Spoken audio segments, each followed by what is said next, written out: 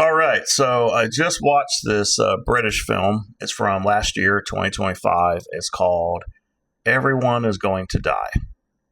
So this is a home invasion film, and it's about a father who is a very wealthy entrepreneur, and his daughter, who's had no relationship with, turned 16. She just got suspended from school for fighting, and so he talks the mother into letting her spend her 16th birthday at his house.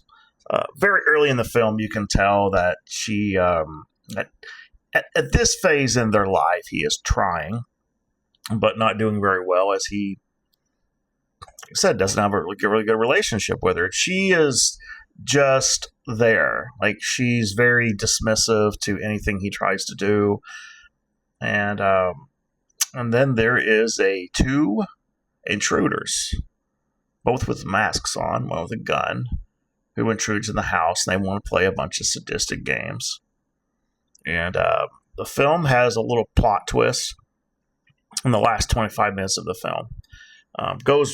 Definitely goes some places that are not for everybody. They're massive trigger warnings, I will tell you that much. And then the final part, I'll say, of the third act. I don't know what to say, man. This is a revenge film, a home invasion / revenge film that has a very intense plot twist at the end. I'll say that. Not giving away any spoilers. How do I feel about this film? I will say this: as the movie starts, I got the feeling this is going to be one of those slow burns. Like, not a lot's going to happen. You're going to slowly get to know these characters. Everything's going to move at a very slow pace, and then maybe close to the end of the film is when things happen. I assumed that the home invasion thing would start maybe within the first 30 minutes. No, the movie starts, you get about 10 minutes of peace of getting to know the characters. And these are not complex characters. This is a very simple story. And the story unfolds itself as we tend to learn about the father's secrets. Now, it starts off with 10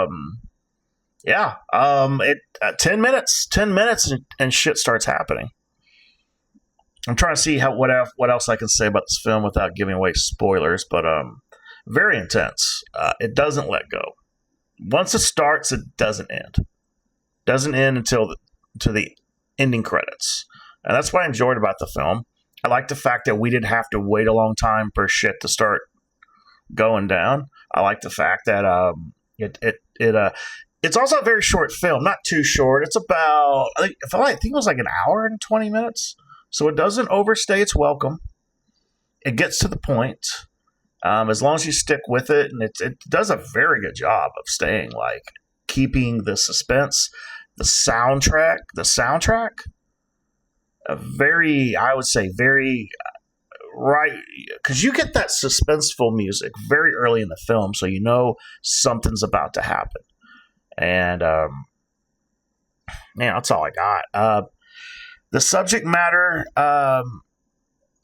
there's definitely some unsettling scenes, and then once we get to the third act, it gets, like I said before, trigger warnings on the subject matter, and so if you're looking for, a very disturbing and dark and unsettling, and I believe in many ways unpredictable, even when you kind of have a feeling where it's going to go. It doesn't do that thing where you think it's going to turn right, it turns left or whatever. It just adds an extra layer that you might not have saw coming. At least I didn't. So, I did have to do some research on the ending because the exact ending just happens like that. And I'm like, whoa, what just happened here? So I had to watch that the the very last like 5 minutes to go back to see what just happened and what was this all about. And so, it's not for everybody. I'm gonna tell you that right now. This movie is not for everybody. But I would say to give it some kind of comparison, and I would say this is definitely like, I would say like a mixture of The Strangers and Funny Games with like a Saw plot twist of sorts. So anyway, it's called Everyone's Going to Die, which I don't know if it was the most appropriate title, but close enough. So Everybody's Going to Die. I watched it on Tubi for free. You can do. So if this review gave you guys any kind of interest. Anyway, that's all I got.